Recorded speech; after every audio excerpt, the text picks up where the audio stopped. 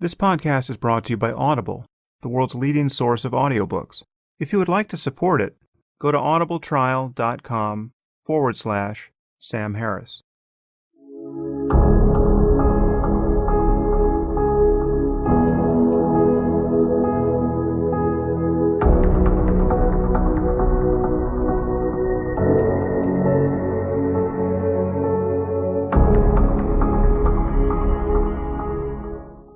Welcome to the Waking Up Podcast. This is Sam Harris. Okay, well, I'm going to do a Ask Me Anything podcast this time around. Now, as some of you know, I often set out to do these and then answer one question for 20 minutes or more and don't get very far. And I'm afraid that's what's going to happen this time around. I'll answer a few questions in a rather long-winded way and then hopefully do some rapid-fire answers and get through many of your questions. I must say, I really appreciate the response I get whenever I go out for questions. I get hundreds. Honestly, I can't even read all of your questions. But I've read many of them, and I just, it's very hard to choose. I'll just work through them. But I also have to do a little housekeeping in this podcast, so I will start with that. First, I'm recording this podcast on New Year's Day, so Happy New Year, everyone. And I ended the year in contentious fashion on Twitter. I don't know why I use Twitter. If I treated Twitter the way I treat Facebook, I would never have any of these entanglements that I so often discuss with you. I would never notice what was being said about me or what sort of skirmishes I was being dragged into. And therefore I'd never be tempted to respond. So it's perhaps deserves some rethinking whether it's worth my paying attention. But as I'll tell you in a moment, at least two of my upcoming guests are coming on the podcast simply because of some Twitter incident. And so that's it's certainly interesting. It keeps me forever uncertain whether I should be using this technology. But in any case, as for my upcoming guests, I have actually three of the guests coming up entirely as a result of Twitter. So you could figure out whether it's a blessing or a curse at this point. I'll soon be speaking with Jocko Willink, the Navy SEAL who was recently interviewed on Tim Ferriss's podcast first and then Joe Rogan's. And I encourage you to listen to both those interviews. That's literally 5 hours of interview with Jocko. He is just a fascinating guy, and I certainly would have always loved to have him on my podcast. And it occurred to me to reach out to him, except, I just heard literally 5 hours of him on two of my friends' podcasts, and it just seemed I wasn't quite sure what there would be to add to that conversation. And Jocko now has his own podcast.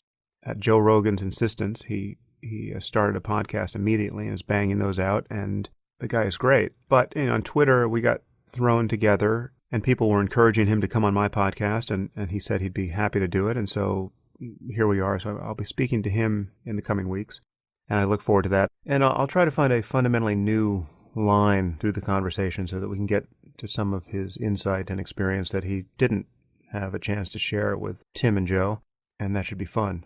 I'll also be speaking with Scotty Reitz, who's a former SWAT operator. He was the lead weapons and tactics instructor for LAPD SWAT and now trains people in the use of firearms. And I'm going to talk to Scotty about violence and self-defense and firearms and gun control and also what it's like to be a cop and the misuses of force that we've all seen of late from cops, and just to get into all of those politically sensitive but interesting areas. And Scotty, I think, will be a great person to do it with.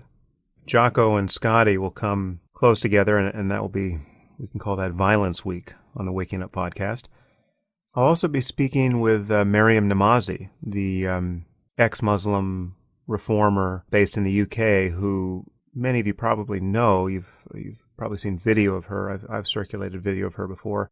And this was also Twitter-born. There was an incident of what I considered friendly fire, where she went after me for what I think is a misunderstanding of my views on profiling. And, I've always thought Mariam was great, but she more or less slammed me as a bigot, as far as I could tell on Twitter. And so I reached out to her, and she's agreed to come on the podcast, and we'll try to rectify that situation. Whether or not we succeed, Mariam's is a voice you all should hear, and I will bring her to you. There was also another Twitter-born collision, not so friendly fire, with someone who I'd never heard of, a young Muslim, probably soon-to-be lawyer. He's getting his J.D. at Yale. He's a writer who wrote a truly withering book review in Salon about my book with Maajid.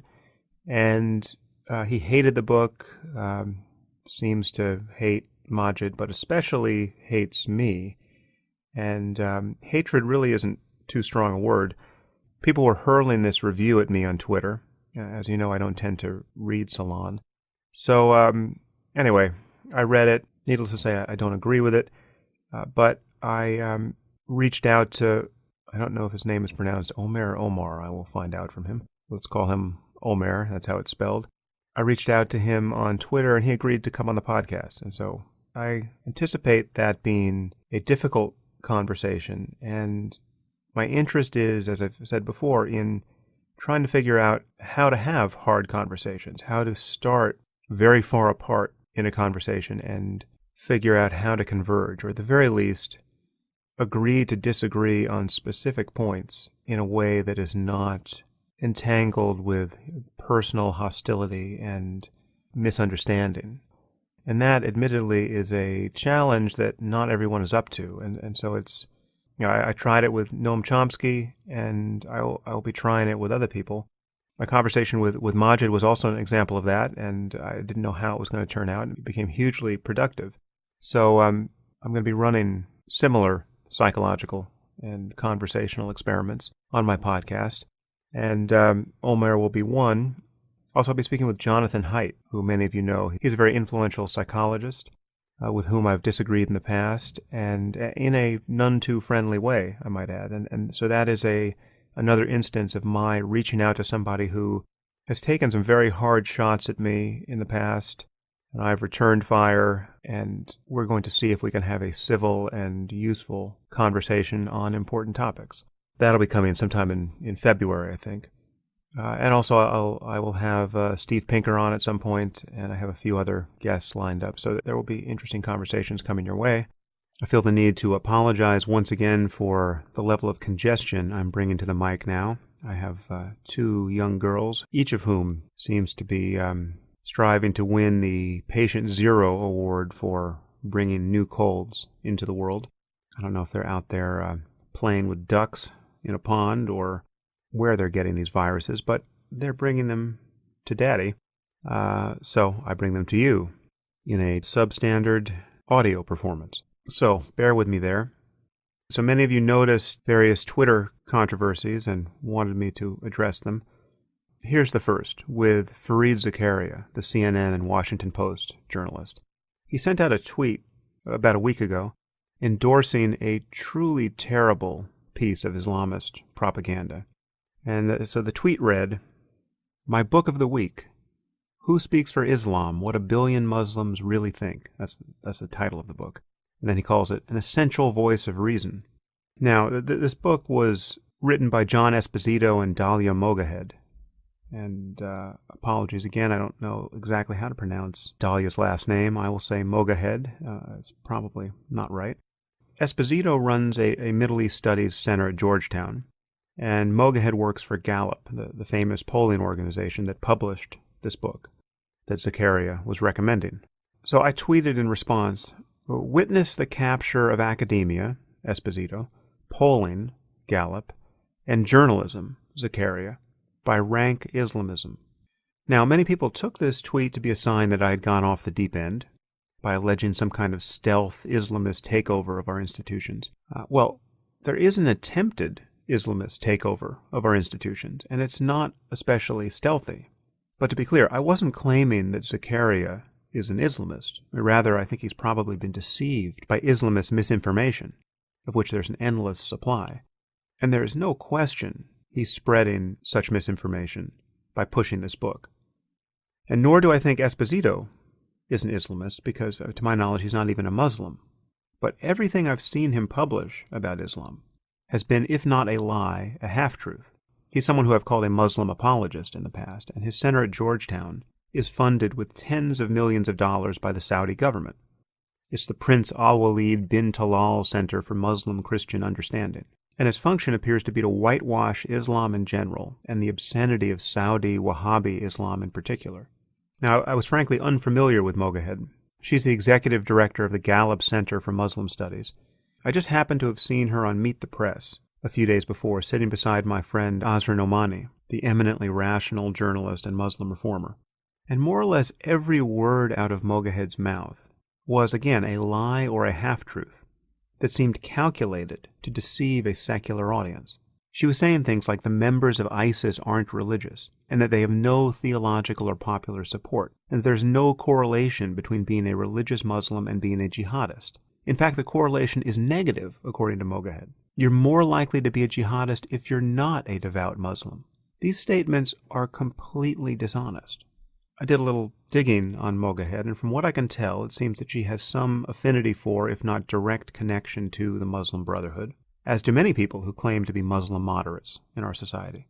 And it's very annoying that only people on the political right, and many of whom are dogmatic Christians or Jews, seem to have the time or the temperament to point this out. A group like the Council on American Islamic Relations, CAIR, which seems to be the most influential Muslim civil rights organization, was a direct offshoot of the Muslim Brotherhood and has been supportive of terrorist organizations like Hamas. Is it connected with these organizations now? I don't know. Do its members even know? It could be like Scientology, where you don't know how crazy the organization is until you're deep in it.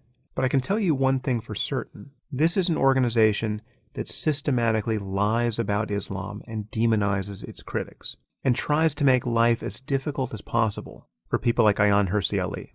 And again, this group is treated like the Muslim ACLU by the press. It's insane. And both Esposito and Mogahed are darlings of this organization, as is Glenn Greenwald, as you know.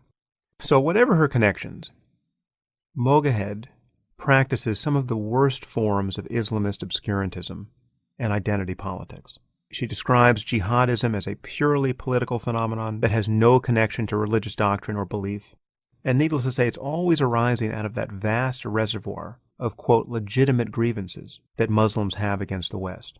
And she's also an Obama appointee. She sits on the President's Advisory Council on faith-based and neighborhood partnerships. And she's one of the people who had a hand in writing President Obama's famous Cairo speech.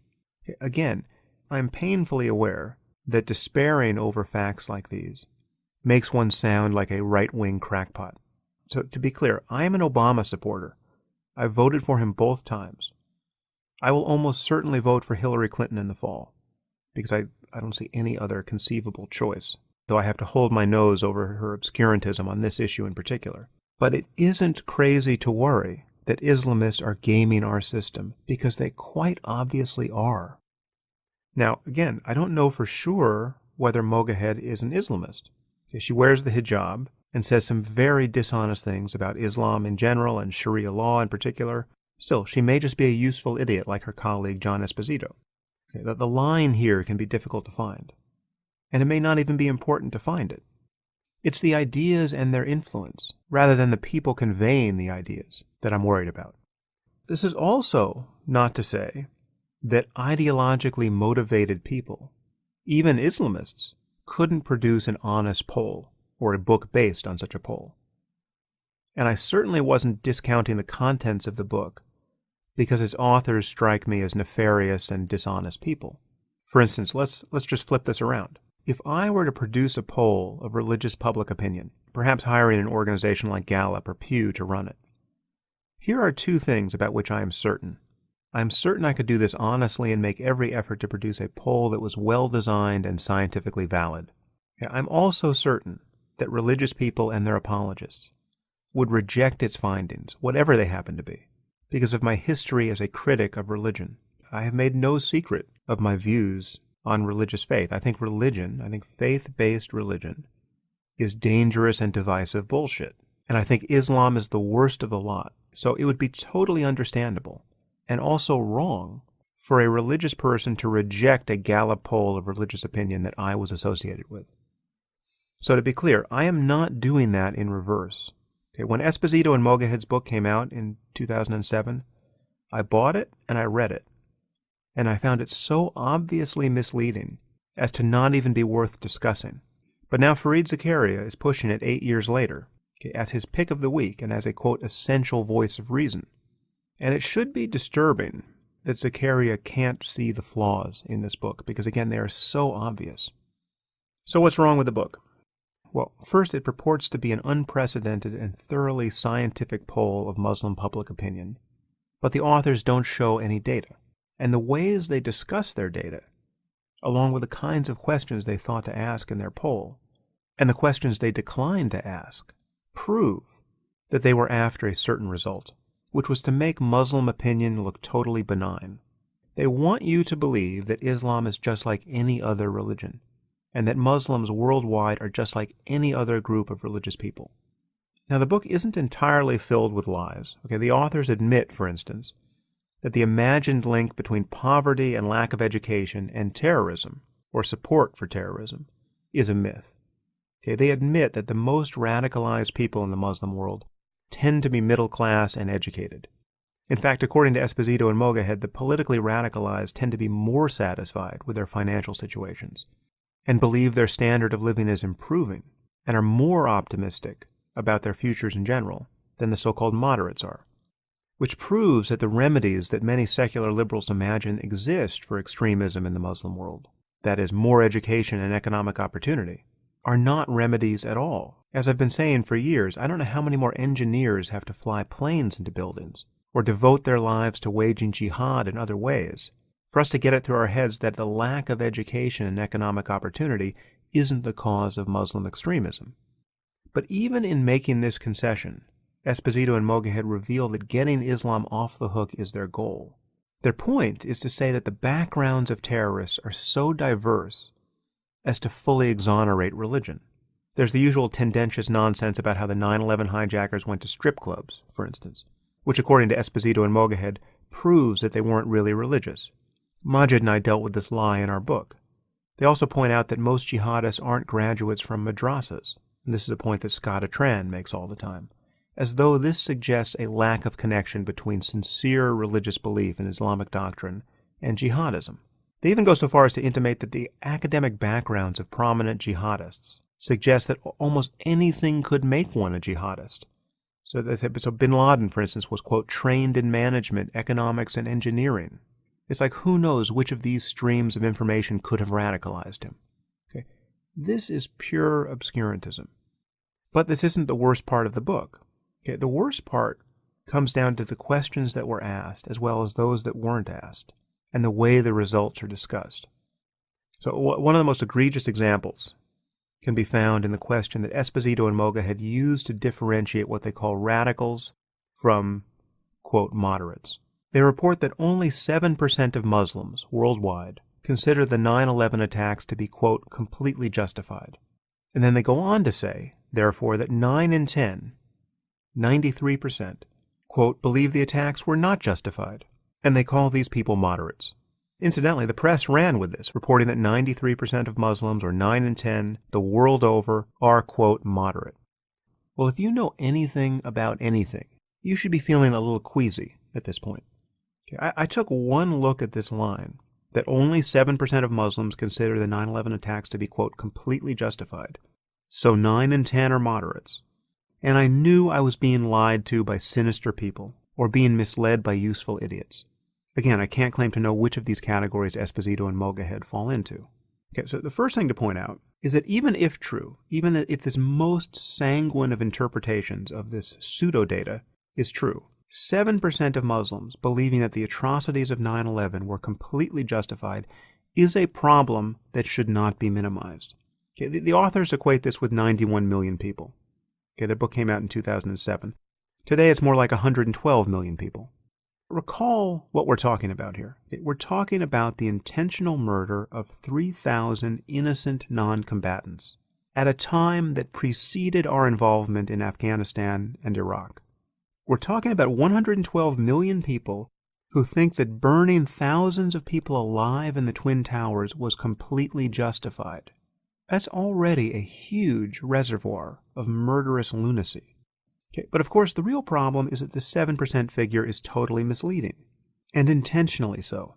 We can tell from the wording, quote, completely justified, that Gallup used a scale in its poll, from 1 to 5 or 1 to 7, where completely justified and completely unjustified were at the tail ends. There was almost certainly a choice of somewhat justified, or mostly justified, or both, that many people picked. And there was certainly a choice of don't know or no opinion. Think of all those people who couldn't say that the attacks of 9/11 were completely unjustified, okay, but said rather they were mostly justified or somewhat justified, or said they didn't know. Okay? These people are being described as moderates. And there's another problem with using this particular question as the dividing line between moderates and extremists.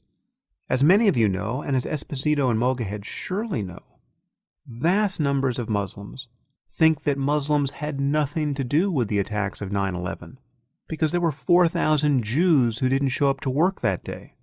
Millions of Muslims believe that the Mossad and the CIA conspired to bring down the World Trade Center as a pretext to invade Muslim lands. In fact, one poll indicated that 16% of Americans believe something like this. This is the whole 9/11 truth movement, right? So using this question in this way rigged the game. Okay? And again, Esposito and Mogahed almost certainly know this. And they know that if they had asked questions about apostasy or blasphemy or the rights of women and homosexuals and polytheists, or whether infidels deserve to spend eternity in hellfire, the results of their polling would have been appalling. Okay? And every poll of Muslim public opinion that has been run on these questions produces appalling results. And again, it literally took me 5 seconds to see the problem here. Why didn't Fareed Zakaria see it? He is a journalist who covers these issues. He doesn't want to see it. Even this fictional 7% is talked about in the book in a way that is obviously tendentious and misleading. They say, for instance, that, quote, if the 7%, 91 million of the politically radicalized, continue to feel politically dominated, occupied, and disrespected, the West will have little, if any, chance of changing their minds, end quote. Again, the burden is upon the West to behave better and show respect to people who think the attacks of September 11th were, quote, completely justified. And again, remember, these attacks came before we invaded Afghanistan and Iraq. Okay? Justified for what? Ask yourself that. I should say I invited Dalia Mogahed on the podcast after a little sniping on Twitter, and she declined, but I would have been happy to speak with her. I've seen her promulgate what I now call the narrative, and basically everyone is doing this now, from President Obama on down. And it's understandable in some ways, but it's also scary. So pay attention here. The idea I'm about to describe is almost unrivaled in its strangeness. Okay? And yet those hearing it for the first time, to say nothing of those who espouse it, never seem to notice that something out of the ordinary is being said.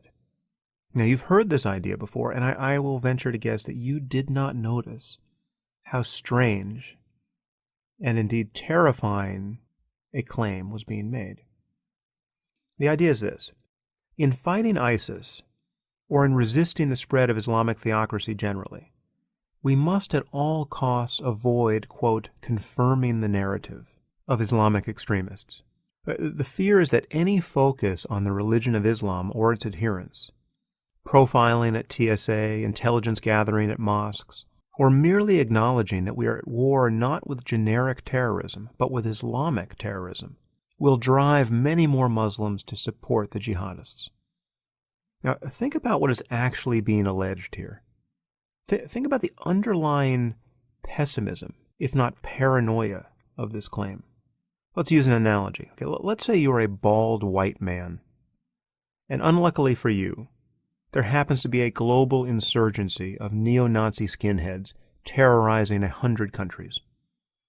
Okay, most white men are perfectly peaceful, of course, but this insurgency has grown so captivating to a minority of them that no city on earth is truly safe.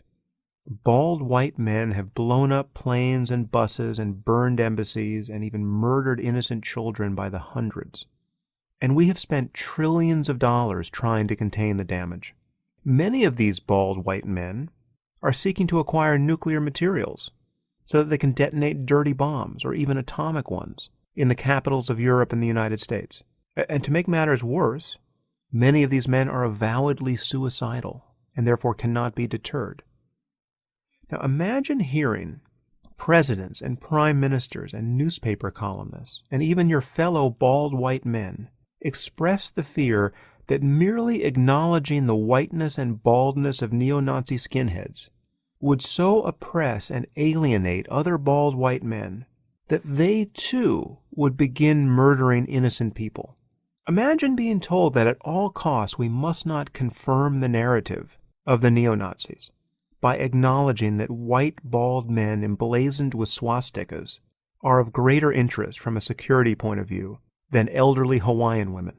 Okay. This is the situation we're in.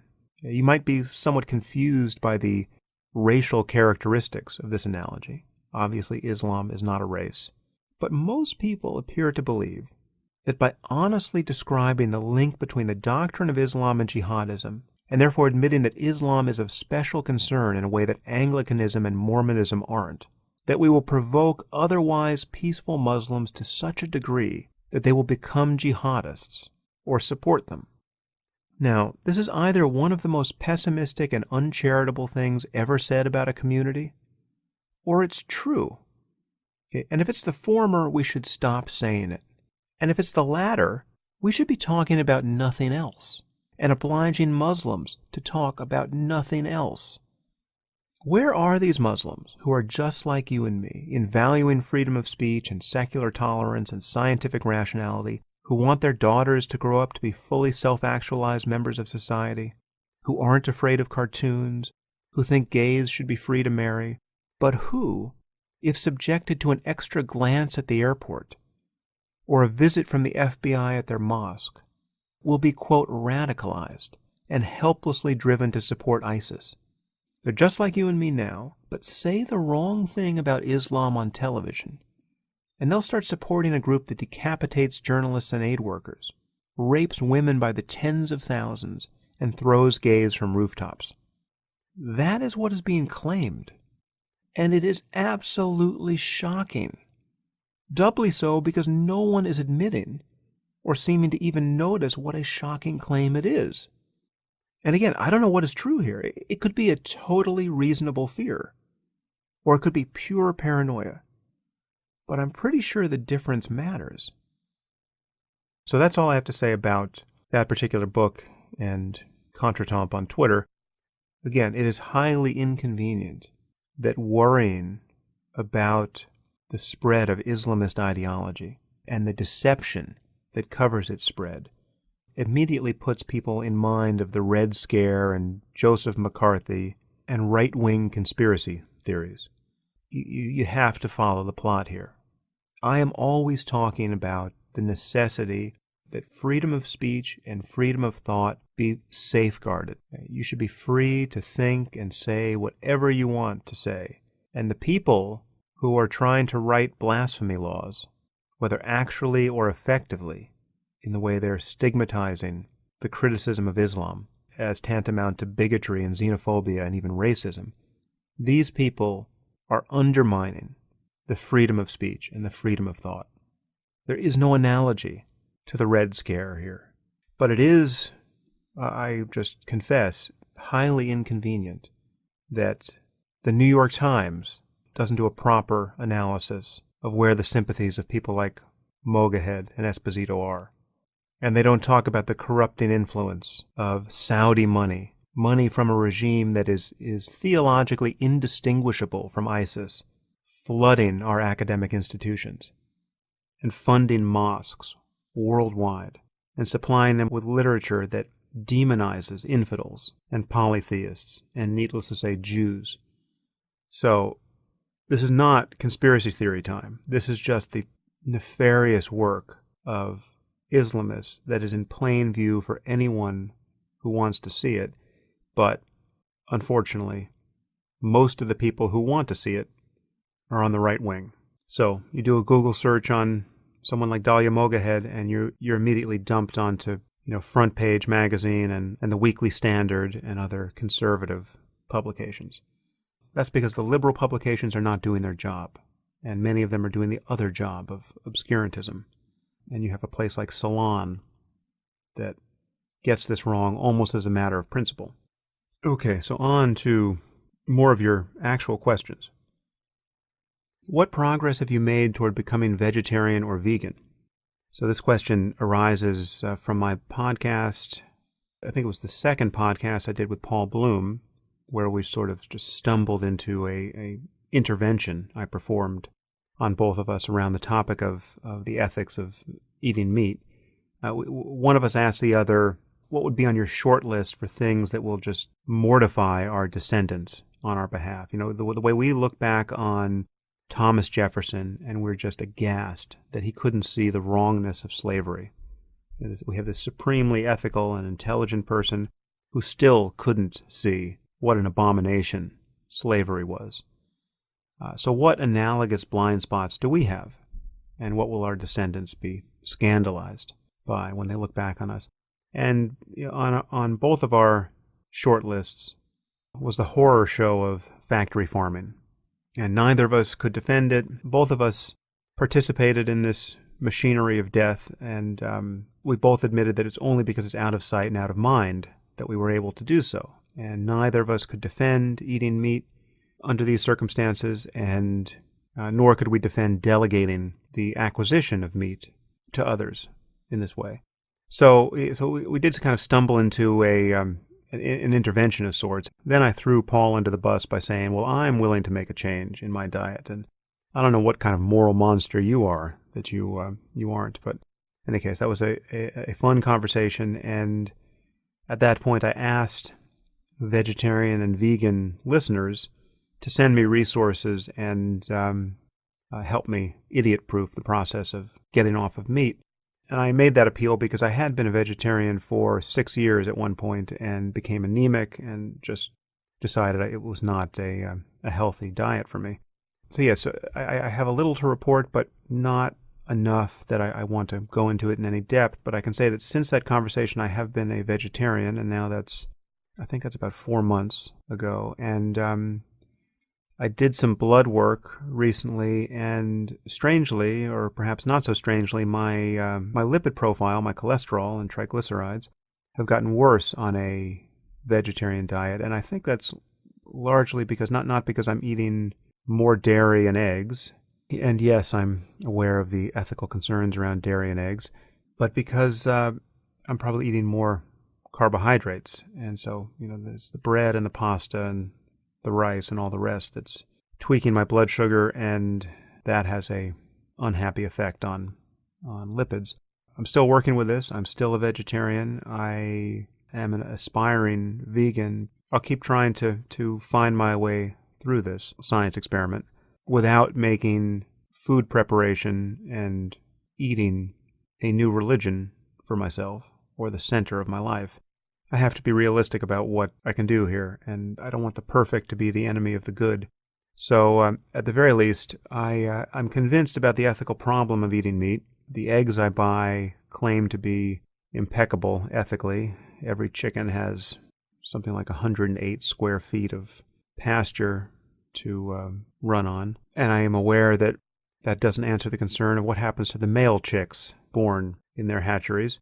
But I'm still not convinced that I can be a healthy vegan at this point, but I'm going to try to be convinced. So again, this is a slow unwinding of my carnivore lifestyle. But in any case, I've made the big change, which is I no longer eat meat, chicken, or fish. I suppose you could even make the case that eating fish, given our current system, is more ethical than continuing to eat dairy and eggs. I would be interested to know how you vegans and vegetarians view that. I did have one idea for a short book or a long blog article where I could go through the comparative neuroanatomy of various species, as well as what we know about the likely basis of consciousness and pain and suffering in various animal brains, and try to make some intelligent ranking of the likely harm done at each stage. So is it worse to kill a cow than a fish? Is it worse to kill a pig than a cow? Can you really eat oysters and other bivalves without any concern that they may be suffering? This might be interesting to look at some point. Take a fair amount of time to do it right, but in any case, that's at the back of my mind to look at. Next question. This one's from Faisal Saeed al-Muhtar, who many of you know is the ex-Muslim Iraqi reformer and voice of reason. He was recently on Dave Rubin's show and gave a great interview there. And he was one of the people I consulted on my book with Maajid, and he gave some very helpful notes. He's great. Anyway, he asks, if the Islamic Reformation/modernization movement doesn't succeed, what do you think should be the alternative? And that's an extraordinarily difficult question. I think I can't answer it. I don't think there is an alternative. If Islamic reform/modernization doesn't succeed, we will have a continuous source of conflict with free speech and tolerance of diversity and gender equality and a respect for science. I think it will work at some point because it will become so painful and untenable that it will just have to work. Now, I don't know how much blood will be spilled or how many pendulum swings toward reactionary governments we'll see in Europe and even in the United States. I don't know how many Donald Trump campaigns we'll have to endure. Again, I'm not especially worried that there's going to be a Trump presidency, but it's conceivable, and it's conceivable because of this, but it has to succeed. Or at the very least, Islam has to become like Christianity in the United States. That's a problem that's big enough for me to have written a short book about it, Letter to a Christian Nation, but it's comparatively a tolerable problem. Once we get there, once the Middle East is like the Bible Belt, then we'll have the luxury of trying to fine-tune things and wondering what the far future might look like. Okay, another question. This is a longish question that I got by email, and it contains a criticism, but I thought it was good, so I'll read the whole thing. Here's my question with some context and setup. Do you think your reliance on hypotheticals and thought experiments has become a hindrance to making headway in discourse on important issues, in particular the threat of Islamic terrorism? Generally speaking, how big a role should thought experiments and hypotheticals play in discussing key issues? It seems that lately you've given several gifts to your detractors, namely the statement about Ben Carson. While I understand your position in stating that you'd support him over Chomsky on the point of terrorism only, I still think this was a disastrous tactical error that didn't need to be made. Your point could have been made in any number of ways that didn't involve taking an absurd position, voting for Carson under any metric, on a situation that will never actually happen, Chomsky running for president. Imagine a person that had not heard of your work until seeing that statement. Do you think they'd be more or less likely to dig deeper and fully explore the nuance of your views, or write you off as a crackpot? If the goal is to win the war of ideas, it seems like tactics like this might be doing you more harm than good. The non-starter with Chomsky and the defense of torture in certain circumstances are other areas where relying on thought experiments and hypotheticals did not seem to win many supporters. The name is Jason Teifel. Thank you, Jason. Well, I agree. I think it's probably, in the specific instances you cite, counterproductive. And perhaps I should be more disciplined in how I screen for those statements which wind up being counterproductive or easily used to mislead people about my views. The Ben Carson thing is very obvious, though I couched it with so many caveats and so much context that one really had to be totally malicious to spread the meme that I support Ben Carson for president. But of course, I have critics who are just that malicious. Someone like Max Blumenthal did just that. The issue is when people are that malicious in their use of ellipses, they can defame you with any statement. But I take your point. They may not notice that you were talking about anything until you make a statement of the sort I made about Carson. And the net result of that one certainly was not helpful. On the question of thought experiments, I notice now I offered one at the top and talking about the narrative.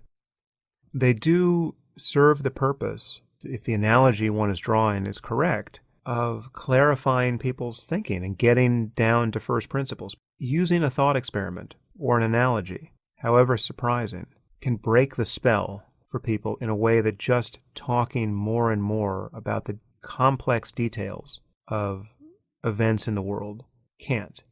So, yeah, I would be reluctant to say that thought experiments and hypotheticals shouldn't be used, but I think more care is needed in resorting to them, perhaps, or at least justifying their use. And, I didn't think that kind of care was needed in the case of talking with someone like Chomsky, because obviously he's a celebrated academic who understands what is going on when someone resorts to a hypothetical in order to get at first principles. He's also someone who seems inclined to deliberately miss the point when he thinks it will serve his side of the argument.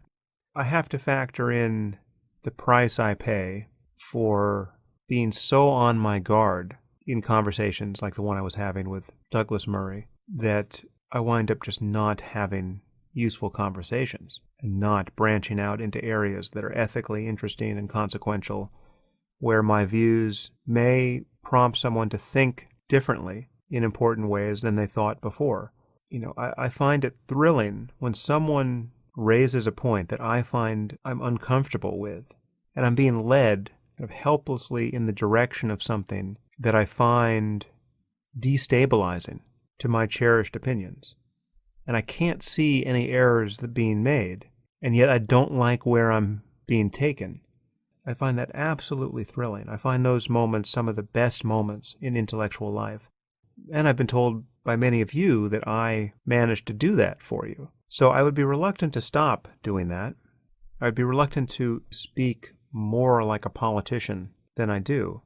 But I would be the first to admit that I may have caused myself more headaches than I should have by not being more careful than I've been. So I don't do a lot of censoring of what I think or how I say things, but increasingly I find that I do some because, again, if I didn't care whether I was misrepresented, it would be a lot easier. And getting off of Twitter would be one way not to care, because I seem to only see these things on Twitter. But as I said as well, I also see some useful things on Twitter, and some of the upcoming conversations I will have on this podcast are a result of what I've seen there. So there may be no perfect solution. I'll just keep trying to find my way as I eat nothing but vegetables. Next question. This is a similar one, actually. Obviously, it's your, quote, controversial views that gain the most notoriety. However, the importance of an idea and how much attention it receives are only loosely related. Some ideas, arguably such as your stance on profiling, may turn out to be relatively unimportant, regardless of how reasonable or well-reasoned it is. Worse, it could be actively unhelpful. Such topics can be so explosive, and your position may not condense to tweet length, that it can easily be used by opponents to denigrate you. In this regard, sharing such ideas could detract from more critical points. In what way should the imagined repercussions affect what you decide to publicly share? If you believe something to be true, would it be moral to withhold it? In this respect, is there such a thing as a noble lie of omission? Are there ideas you've decided against sharing? What are they? That's interesting. Share them now. And are there views of yours that you believe don't get enough attention? And this is from Jordan. Thank you, Jordan.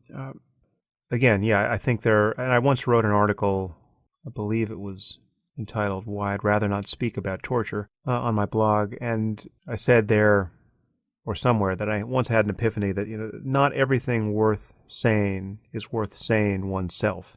And that is still true. I still think that's true. And I notice certain people abide by this precept much better than I do and have commensurately easy lives as a result. I would put someone like Steve Pinker in this category.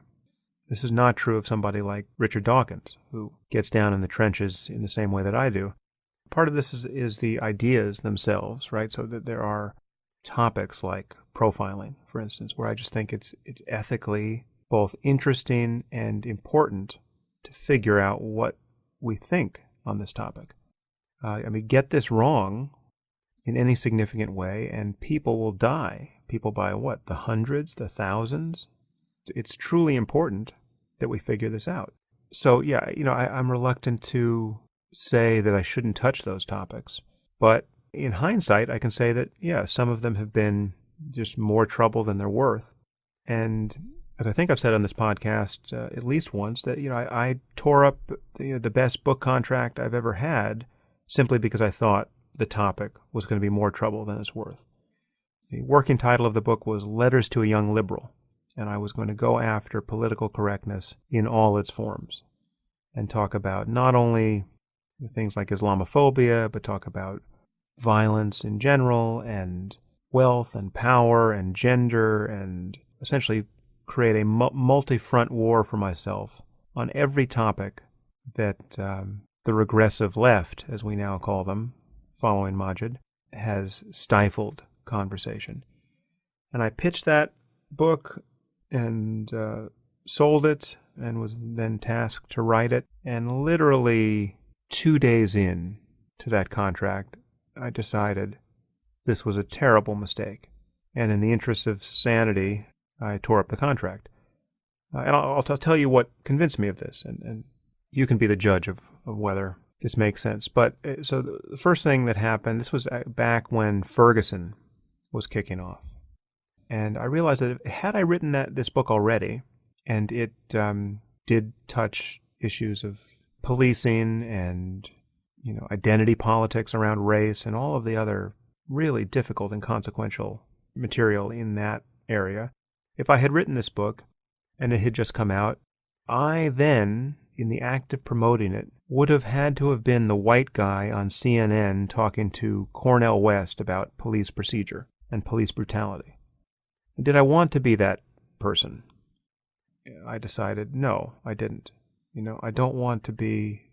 I would have been thrown into contexts where it would be impossible to make sense on these very important issues without being demonized by in the same way that I have been demonized by the left, but now by just a factor of 10. And the other thing that convinced me, which was also just a surprise, but Sarah Silverman, who I don't know, but who I greatly admire, I think she's fantastic, noticed my blog post on the Gaza conflict entitled, "Why Don't I Criticize Israel?" ? She noticed this article and liked it clearly and retweeted it to her 5 million fans, saying something like, please read this with an open mind. And this was like 3 months or more after I had written that article. And my first reaction was not to be happy that someone I greatly admire liked what I had written and sent it out to her huge audience. No, my immediate reaction was, why did she have to do that? Right? Like, what a fucking headache, for me and for her, right? And I knew that she was going to start getting my hate mail, which I didn't want her to have to get, and I was just happy to not have to talk about Gaza and Israel again, because it's just so painful. And again, it's made painful by just the sheer idiocy that comes your way. It's not made painful by the serious criticisms and counterpoints, which are there to be made. It's not made painful by honest conversation on the topic. It's made painful by the demagoguery of people like Glenn Greenwald and all the rest. And it's, so my reaction to that, I look at her Twitter feed and she immediately gets, I used to think you were funny, but now I see you're just a Zionist kike. It's just all of it, right? How much more of that do I want in my life when I could be having conversations of the sort that I just had with David Deutsch, for instance? And so I tore up that book contract and totally happy that I did, though I think that book should exist in some form. The other factor here is that I have a problem with bullies, and when I see someone being a bully, whether it's toward me or toward someone else, I find it difficult not to respond. Many of you saw a recent collision between me and Nassim Taleb, the author of The Black Swan and Anti-Fragile and other books, which I actually wasn't going to talk about, but Taleb is someone I've gone after before because he's attacked me as a charlatan, all in capital letters. And I just noticed him attacking Steve Pinker, as a charlatan, and all in capital letters, and as a journo, by which he means journalist. So I wasn't aware that he'd been going after Pinker, but when I saw him do that, I had to push back. And I should say, when I pushed back, some of you worried that I was pushing back against him unfairly and being a little mean-spirited in the process. You should just know the history here and judge for yourself. Again, I wasn't going to talk about this, but people, this is how the sausage gets made. I know many of you love this guy and think he's a genius. I can assure you, none among you are as impressed with his intelligence as he is. This guy is just insufferable, and he's a bully, and he's, most of the time, doesn't make any sense, and never knows it. I've actually never witnessed a marriage of incompetence and confidence so fully and grotesquely consummated in the mind of a person with a public platform. This is the most arrogant person I have ever had the misfortune of meeting. I had one lunch with him at a conference we both attended, and then he insinuated himself into a debate that I had been scheduled to have with an already vastly overcrowded debate at Ciudad de las Ideas in Mexico, the Mexican version of TED. And that debate can be viewed in its entirety on YouTube.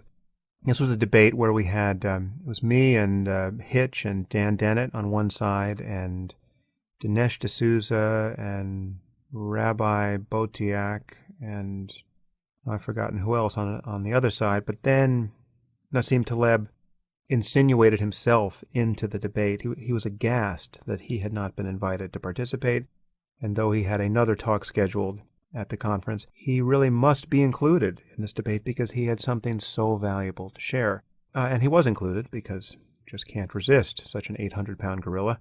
Now, I should say that I met him first, and when you meet him, you quickly discover that he radiates a sense of grievance from his pores in a way that few people do. It's kind of like a preternatural force of negative charisma, and he can convey his contempt for everyone at the table, just even in the way he says, pass the salt. He's so convinced that his genius has not been appropriately lauded that he finds some way to communicate this in almost every interaction. He is a child in a man's body, and the mismatch between his estimation of himself and the quality of his utterances is so complete and so mortifying to witness in person that you just find you're jumping out of your skin. And you can see what he brought to the stage at Ciudad. It was a performance that I think will stand the test of time for its incoherence and the confidence and censure of others on the stage with which that incoherence was espoused. It's really an amazing performance. And so whenever Taleb starts bullying someone, the first time this happened, he just attacked me out of the blue. I don't know what provoked it, but I just started seeing on Twitter that he was calling me a charlatan, and now he's doing the same to Steve Pinker. So whenever he's done this, I think he's done this twice that I've noticed, all I've done is share this video in its entirety. I'm not greenwalding him.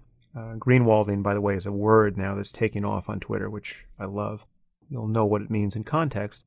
I was not greenwalding him. I was not taking some partial and misleading snippet of his speech and defaming him that way. No, I'm spreading the entire content, his entire, whatever it is. It's in 3 segments. I spread the whole thing on Twitter and say, yes, please recognize what a genius we're dealing with, right? You judge for yourself whether this guy makes any sense at all, whether his animus towards science is compelling. And the first time I did this, he went berserk and he said, it just shows you what a coward you are, that you will deal with YouTube videos, but you won't deal with my published work, which of course is brilliant. And then he hurled some paper at me, which I read, also found terrible, and tweeted to my audience in, I thought, an entirely fair way. I said, Nassim Taleb thinks it's very important that you all read this paper. And I spread it that way. So I spread the content, which is in fact representative of what the guy is up to on these topics. In any case, he went berserk on Twitter. He may still be going berserk as I speak these words. And he called me a pseudoscientist and demanded to know what scientific papers I've published. And his discussion of these topics is so unprofessional that, again, I wouldn't engage with it, but for the fact that He is this tremendous bully. He's a very rich and, in some circles, well-regarded person. I'm not punching down when I deal with this guy. Inexplicably, there are people like Daniel Kahneman, who really is an 800-pound gorilla. We'll share the stage with him. And you can see him occasionally bail him out when he begins to become incoherent. But for the life of me, I can't see why anyone takes him seriously beyond the few memorable ideas he's had, like the notion of a black swan, which may in fact be the black swan of Taleb's career, which is to say the one instance in which he made sense. In his attack on me, Taleb brought up a few things which, again, in a totally incoherent way, which many of you may find interesting or relevant, and I think I've tried to sort this out in previous podcasts, but see if you can follow this. There's something here that's important and about which many people are confused. He claims I'm not a scientist, that I'm just a journalist, and he very snidely demanded to know whether I had ever published any neuroscientific papers. By what measure am I a neuroscientist?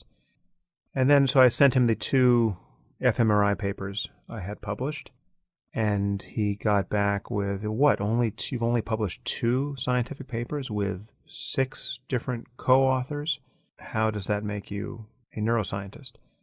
So there's an instance of a goalpost moving there. He asked to see the papers, which he assumed didn't exist. I sent him 2 papers, and he rejected them as being only 2 and having co-authors. He doesn't seem to understand anything about the conventions of publishing within science in general and neuroscience in particular. But then I responded, well, surely you, of all people, Nassim, are not claiming that scientific thought can only be confined to academic journals. And then he got back saying that most of his best papers had not been published, but they were rigorous. So now he's saying that it doesn't really matter if you publish in academic journals, but for some reason his papers are more rigorous. His unpublished papers are more rigorous than mine. And this thing is made even more incoherent because he's attacking Steve Pinker in precisely the same terms. Again, charlatan in all capital letters, journo as a journalist. And Steve has, 150, 200 academic papers. It doesn't make any sense. And then he I think, tried to accuse me of hypocrisy for attacking Reza Aslan for lying about his academic credentials, as though I was a stickler for academic credentials. No, so let me try to clear up confusion on this point, because there really is a real possibility of confusion here, and I think it's important to sort out. I don't care about credentials. I care about people's arguments and their evidence. I certainly don't care about whether something is published in an academic journal or in a book or on a blog. Again, I care about ideas, and I live my own life from that point of view. Now, my Ph.D. is in neuroscience. I have always considered myself a philosopher first. Now, that's going to gall many academic philosophers who do care about credentials and think that my lack of a Ph.D. in philosophy disqualifies me to consider myself a philosopher. Well, sorry. Most of what I do is philosophy. It's moral philosophy, it's metaethics, it's the philosophy of mind, and these are the kinds of questions that interest me. And I got a Ph.D. in neuroscience because I want to be able to do that from the most scientifically informed place.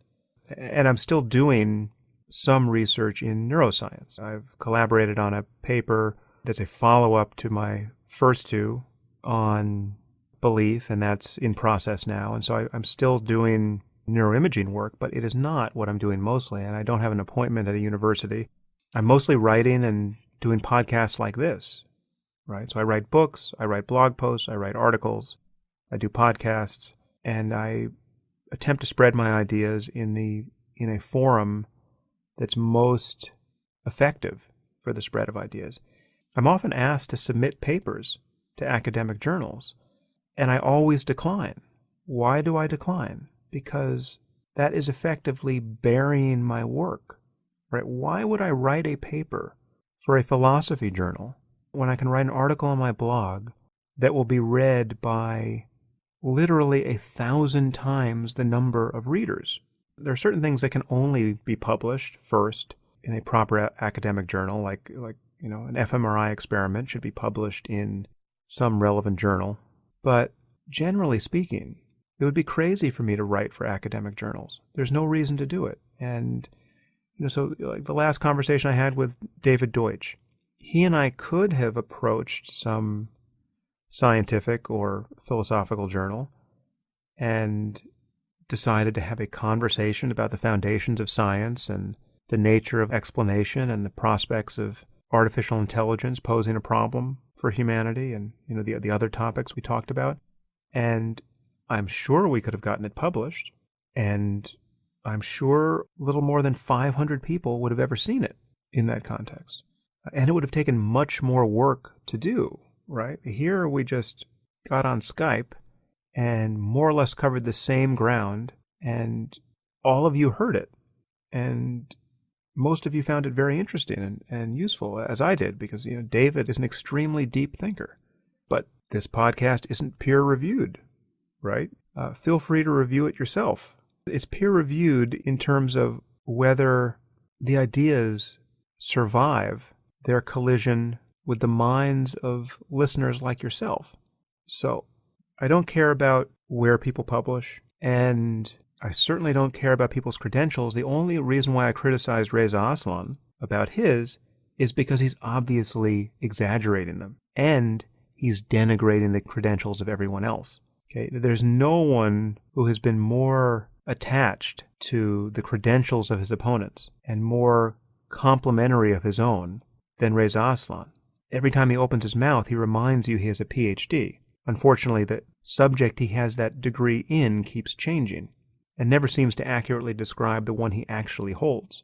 So I was criticizing Reza Aslan as a liar and a hypocrite. And as you know, I have problems with lying. This is one of my hobby horses. I think lying is the worst thing you can do, interpersonally, professionally. It is kryptonite. I'm consoled by the fact that some of my worst enemies are rather avid liars, right? Their lies eventually will bring them down. I am reasonably confident of that. So I hope that clarifies my collision with Taleb. I guess the final point to make there is, as many of you know, the distinction between science and philosophy, or the rest of our intellectual life for me, is not hard and fast. And I think viewing it as hard and fast is a genuine intellectual error of some consequence. So depending on the context, I call myself a neuroscientist, mostly because that is the title of the degree that I have, and some of my interests can be narrowly defined as neuroscientific, and certainly some of my writing can be. Individual chapters in some of my books are pure neuroscience. But I don't think these distinctions matter, and happily I'm not in a position to have to keep titling myself. And I don't meet many people like Nassim Taleb who care or pretend to care about what I call myself. And when I sit down with people like Jocko Willink next week and talk about violence, am I a neuroscientist? Probably not. Am I a philosopher? Maybe. Probably not. My intellectual interests aren't easily pigeonholed. But I certainly won't cop to being a journalist, because that is not how I operate. And if you notice how I conduct my interviews, I'm not merely asking questions of my guests. I'm trying to have a conversation with them. And very often I'm taking up as much space as they are. And that's on purpose. It's a conversation. It's not a normal interview, because I want to talk to these people. And I presume that if you're listening to this podcast, you want to hear me talk to these people. Apologies if all of this sounds kind of weirdly defensive, but again, I've just come out of the war zone of social media. Next question. You place a lot of value on truth as an ideal, yet isn't lifting truth to such a lofty position sometimes itself irrational? Imagine a man who is happily married. Unbeknownst to him, a decade ago his wife cheated on him. She's not unfaithful now, nor is she ever likely to be unfaithful again. The man learning this information would result in his being traumatized and destroy the marriage, leaving both of them miserable. The children would likewise be terribly affected by the resulting divorce. is there any value gained by the man learning this truth, outside of truth as an ideal to strive for in and of itself?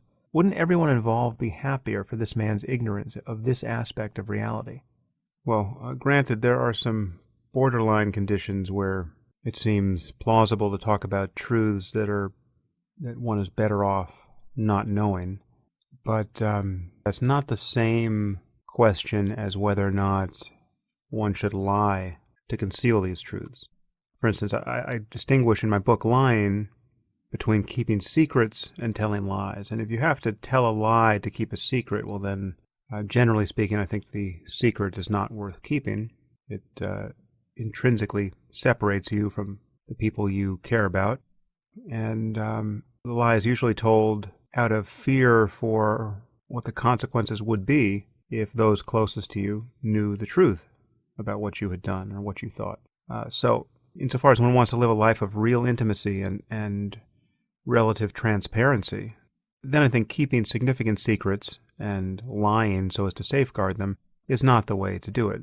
The more interesting question is, how could one become the sort of person who could know the truth, even truth of the sort described in that question, and be okay with it?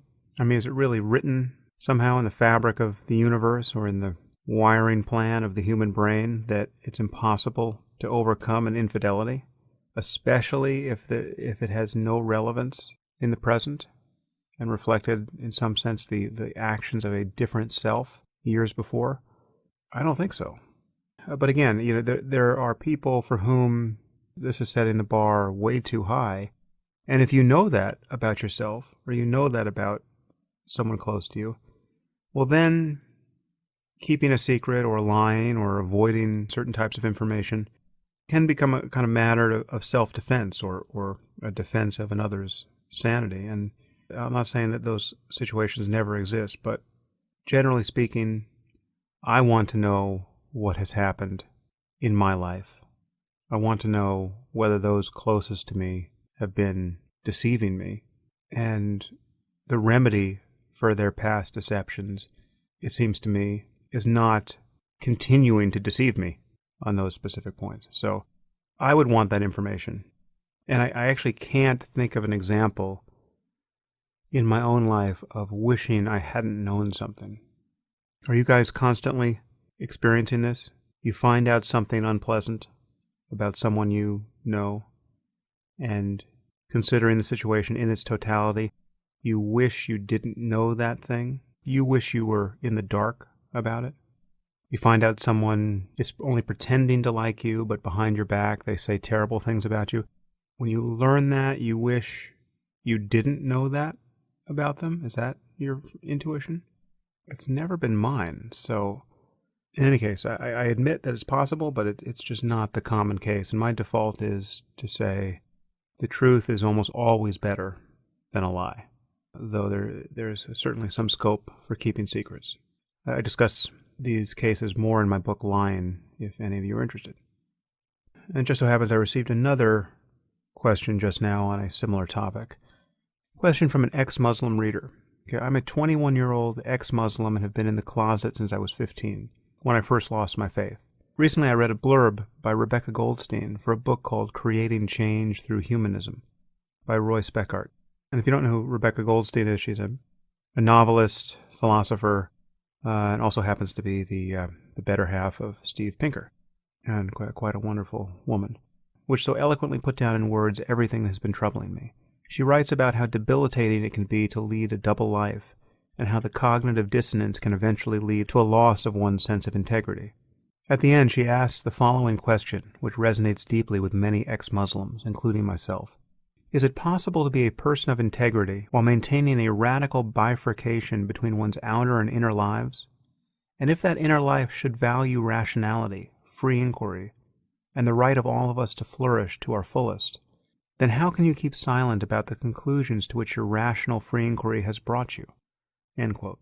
And the questioner continues, I'll give you a short background. I live in a country where apostasy is punishable by death. Okay, just you listeners, just take a moment to imagine what that's like. Understand it's a reality of many people who are also listening to this podcast.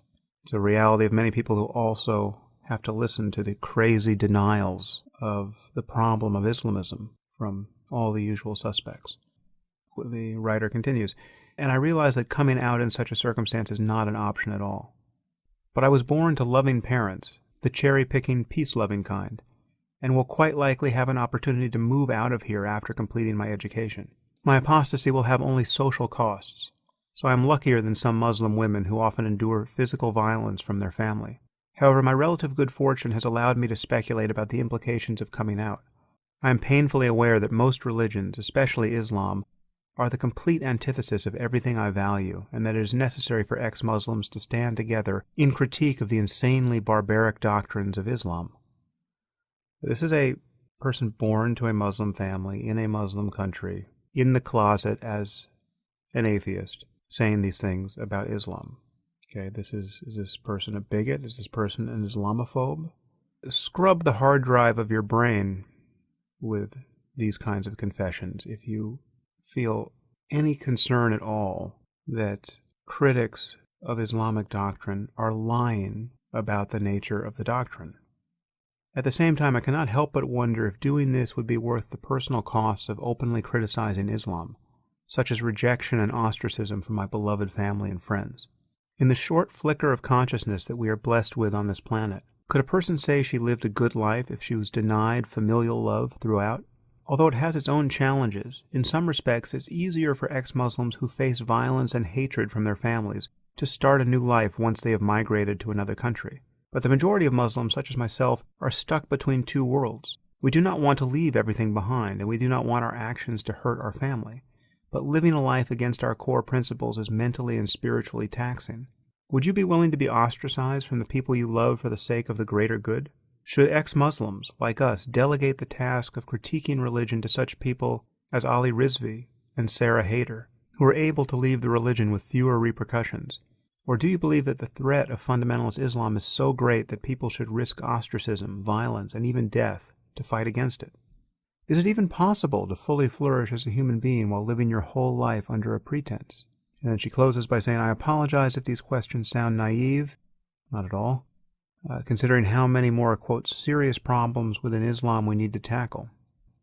Well, they're not at all naive, and, arguably they're among the most serious questions. This is the issue. How do you transform the attitudes of hundreds of millions of people, who are not jihadists, obviously, but who acquiesce and tacitly support, or even actively support, social norms that stifle freedom of speech and free thought and creativity and everything else your right to value. And I'm sorry, I just don't have an answer to that question in the specific case of any individual. I have a general answer, and the general answer is, as you clearly know, I think free speech has to win. I think people have to come out of the closet. I think we have to criticize bad ideas, and kids should talk back to their parents, and teachers should intrusively educate their students to not believe what their parents insist is true, if in fact it isn't.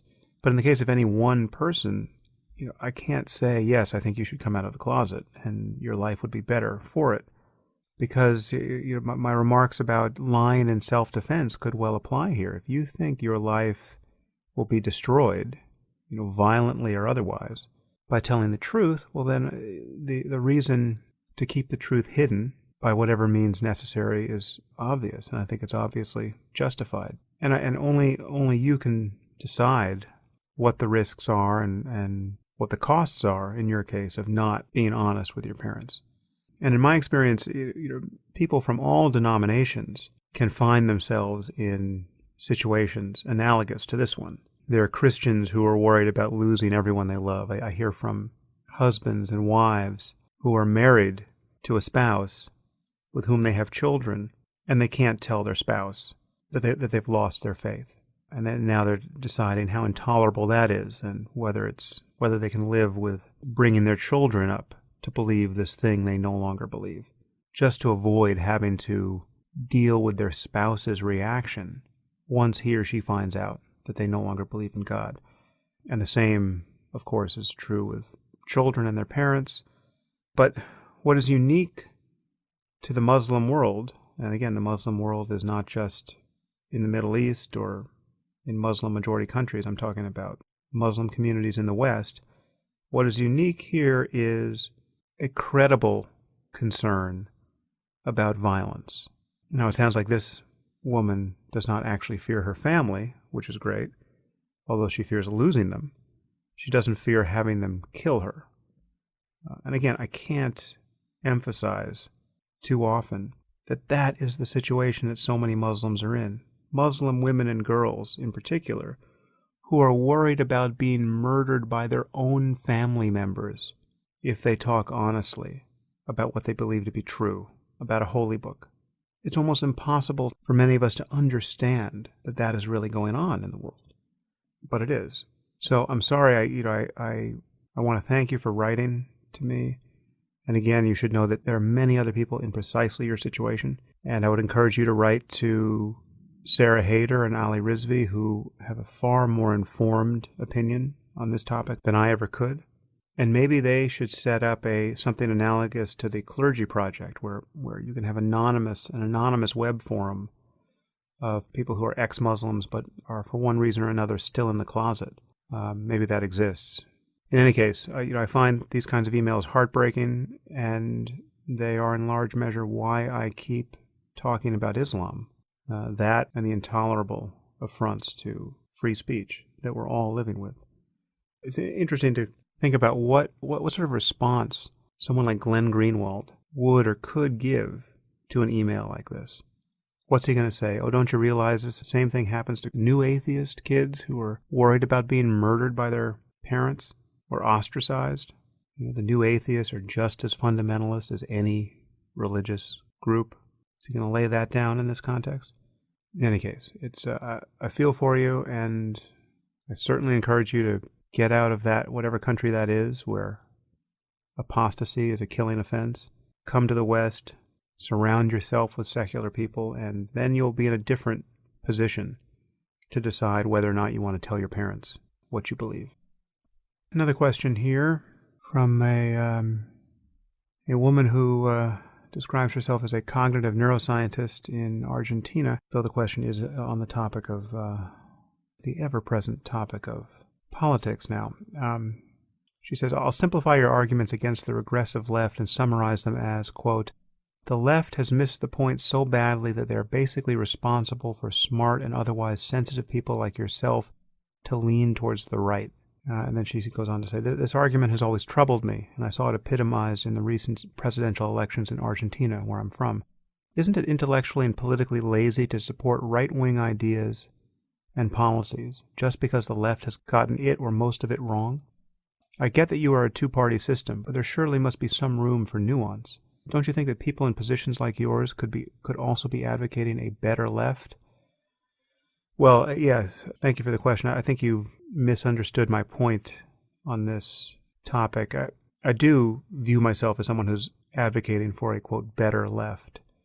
I'm liberal in virtually every relevant sense. And, so I don't know what to call myself because so many, quote, liberals are confused about the problem of global jihadism, that it's misleading to call myself a liberal in that context. But my views on the topic are not a result of increased sympathy with the political right. It's just I am worried about a time where, given a choice between the right or the left, when the left is this confused on this topic of really civilizational importance, and given a forced choice between the two, that even otherwise liberal people will be forced to choose the right. And I see that potentially happening in Europe before the U.S., but I could see that happening in the U.S. as well. It's not a matter of becoming more right-wing. It's a matter of, the house is on fire, and the only people who seem aware that flames don't usually belong on the ceiling are members of the right. Okay, so then who are you going to trust to put out the fire? You've got at least one side is talking about fire more or less accurately and acknowledging that it shouldn't be where it currently is. The other side is speaking pure delusion and in many cases, reaching for a can of gasoline. That's the problem. If you have an emergency and only one side seems to be cognizant of it, well, then that's the side you have to pick. And again, I don't think we're in that situation yet, but I could see us pushed there by a sufficiently large act of terrorism. And this goes back to the thing I said about Ben Carson. Again, Ben Carson is a religious idiot of the first order. And happily his campaign now is foundering and we'll never hear from him again. But yes, I do view someone like Noam Chomsky on this issue as being suicidally out to lunch, right? His views about the total culpability of the West for the problem of jihadism, that is just a sinkhole, morally and politically, that we have to avoid. We have to do anything we can to avoid going down that hole into masochism and this just supine effort to placate our enemies, no matter how diabolical they are. And we now have some truly diabolical enemies. And if ISIS videos can't convince you of that, well, then you are unreachable. ISIS videos aren't our propaganda, right? This isn't us producing caricatures of the enemy. This is what the enemy is producing as its own outreach. Watch some of those videos and tell me that they're an expression of some sort of legitimate grievance against the West. Tell me that it's our job to create a safe space for these barbarians. Tell me that the term barbarian is excessive in this case. Go ahead and run that psychological experiment on yourself. Just don't do it before dinner. There's one question here about the Black Lives Matter campaign and the so-called Ferguson effect in policing, where the violent crime rate has gone up in several cities, possibly as a result of cops no longer policing as actively. I guess I'll defer that to my interview with Scotty Reitz. Again, he'll be the right person to go down that particular rabbit hole with. One reader asks, how fast do you read? Actually, quite slowly. Occasionally I'll skim something, but basically I read everything like it's scripture, and I don't speed read. I read far too slowly. It's inconvenient. Here's a question. I've heard many atheists talk about polygamy as a negative aspect of certain religions, and I agree wholly that it is an evil when forced on anybody. But ethical non-monogamy is something that many healthy, intelligent people engage in willingly, even without the influence of a religion. Is there anything inherently wrong with polygamy between 3 or more consenting adults? If so, what? And if not, why call it out as an example of evil instead of the religious imperative itself? I think I understand that last bit. Well, I don't think about polygamy as a problem very much. I think it is a problem in a religious context, whether it's a kind of modern cultic one like Mormonism or a traditional one, as you see in various Muslim contexts. It's a problem because it is synonymous with the lowered status of women. There's something coercive about it. There's something misogynistic about it. This is not a freely chosen arrangement on the part of the women, but it's certainly not the worst part of their lives in these cases either, or at least I wouldn't imagine it would be. And I don't think there's anything intrinsically wrong with non-monogamy. I just think it's most of the time unworkable given the nature of the human mind. I think people suffer from this complication of their lives intensely for the most part. I haven't heard of it really working. Whenever I meet someone who claims to be in an open relationship, I see a virtual time bomb ticking over their heads. It just tends not to work out, but I'm not at all judgmental about it along ethical lines. As long as it doesn't involve deception, and people are consenting to be in these arrangements, well then, feel free to have a harem, as far as I'm concerned, man or woman. So I don't think it's a central concern either way, but it's in a religious context, it tends to be part and parcel of the degradation and control of women. Do you think there's a possibility, given advances in technology, you could have your stance changed on free will? I actually don't see how my view about free will could change. And if you're not aware of what I think about free will, I think it's even worse than an illusion. I think it's the illusion is itself an illusion, which is to say that we think we have an experience of free will, which we don't actually have when we pay close attention. And it makes no sense in third-person neurophysiological terms or physical terms or in any other terms. So it's not an ordinary illusion. It's not like something's there and then you look more closely and it's gone. If you look closely, you'll find that it's never really quite there. And there's certainly as I said, there's no way we could describe causality in the world so as to make sense of the conventional notion of free will.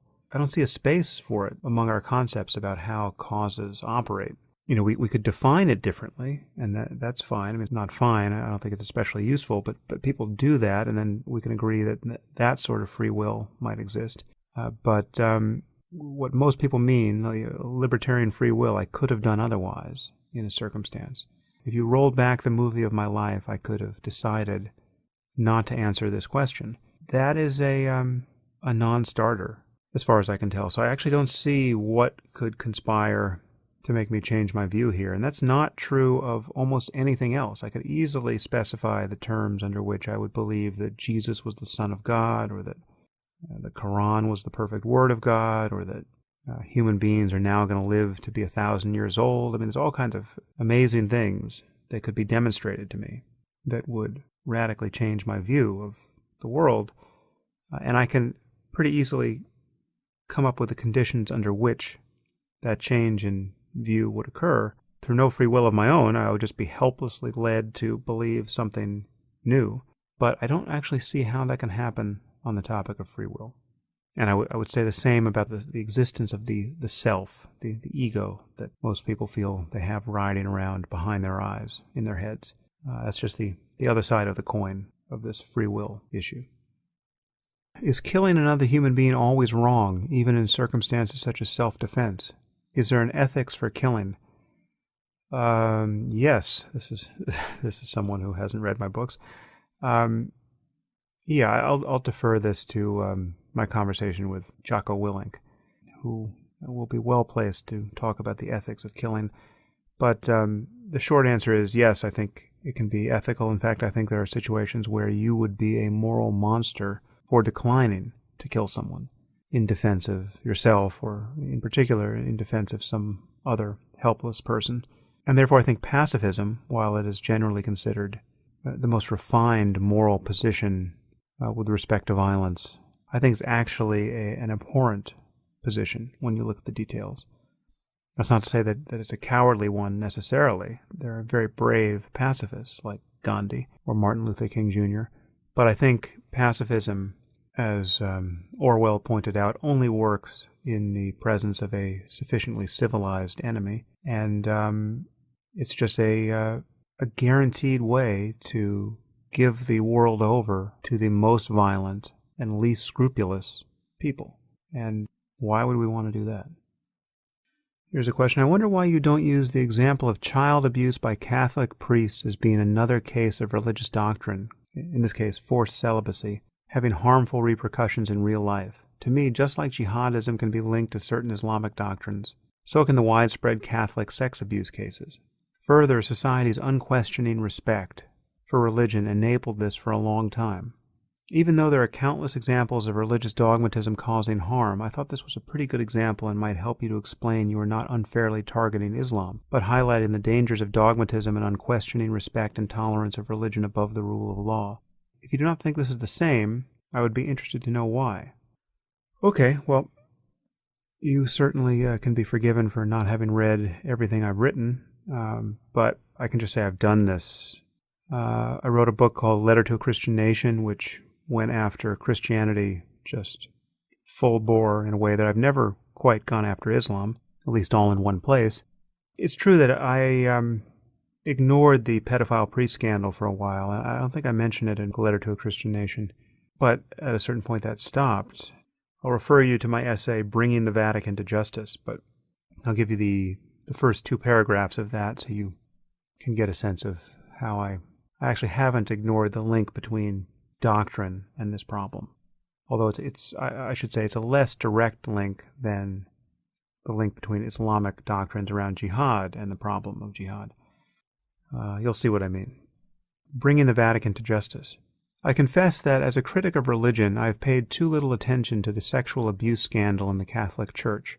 Frankly, it always felt unsportsmanlike to shoot so large and languorous a fish in so tiny a barrel. This scandal was one of the most spectacular own goals in the history of religion, and there seemed to be no need to deride faith at its most vulnerable and self-abased. Even in retrospect, it's easy to understand the impulse to avert one's eyes. Just imagine a pious mother and father sending their beloved child to the Church of 1,000 Hands for spiritual instruction, only to have him raped and terrified into silence by threats of hell. And then imagine this occurring to tens of thousands of children in our own time, and to children beyond reckoning for over 1,000 years. The spectacle of faith so utterly misplaced and so fully betrayed is simply too depressing to think about. But there was always more to this phenomenon that should have compelled my attention. Consider the ludicrous ideology that made it possible. The Catholic Church has spent 2 millennia demonizing human sexuality to a degree unmatched by any other institution, declaring the most basic, healthy, mature, and consensual behaviors taboo. Indeed, this organization still opposes the use of contraception, preferring instead that the poorest people on earth be blessed with the largest families and the shortest lives. As a consequence of this hallowed and incorrigible stupidity, the Church has condemned generations of decent people to shame and hypocrisy, or to Neolithic fecundity, poverty, and death by AIDS. Add to this inhumanity the artifice of cloistered celibacy, and now you have an institution, one of the wealthiest on earth, that preferentially attracts pederasts, pedophiles, and sexual sadists into its ranks, promotes them to positions of authority, and grants them privileged access to children. Finally, consider that vast numbers of children will be born out of wedlock, and their unwed mothers vilified wherever church teaching holds sway, leading boys and girls by the thousands to be abandoned to church-run orphanages, only to be raped and terrorized by the clergy. Here, in this ghoulish machinery set whirling through the ages by the opposing winds of shame and sadism, we mortals can finally glimpse how strangely perfect are the ways of the Lord. So, I'll leave you to read the rest of it, but let me just plead innocent about ignoring this particular problem. On that happy note, I see I've been at it for a while here. I've bent your ear in none too hopeful directions, mostly. Happy New Year, people.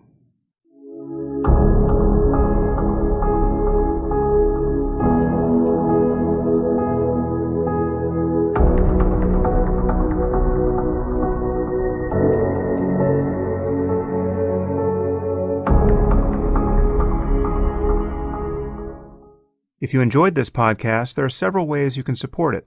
You can leave reviews on iTunes or Stitcher or wherever you happen to listen to it. You can share it on social media with your friends. You can discuss it on your own blog or podcast. Or you can support it directly. And there are 2 ways you can do this. You can leave a donation through my website at samharris.org/donate. Or you can try a membership at Audible, the world's leading source of audiobooks, at audibletrial.com/Sam Harris.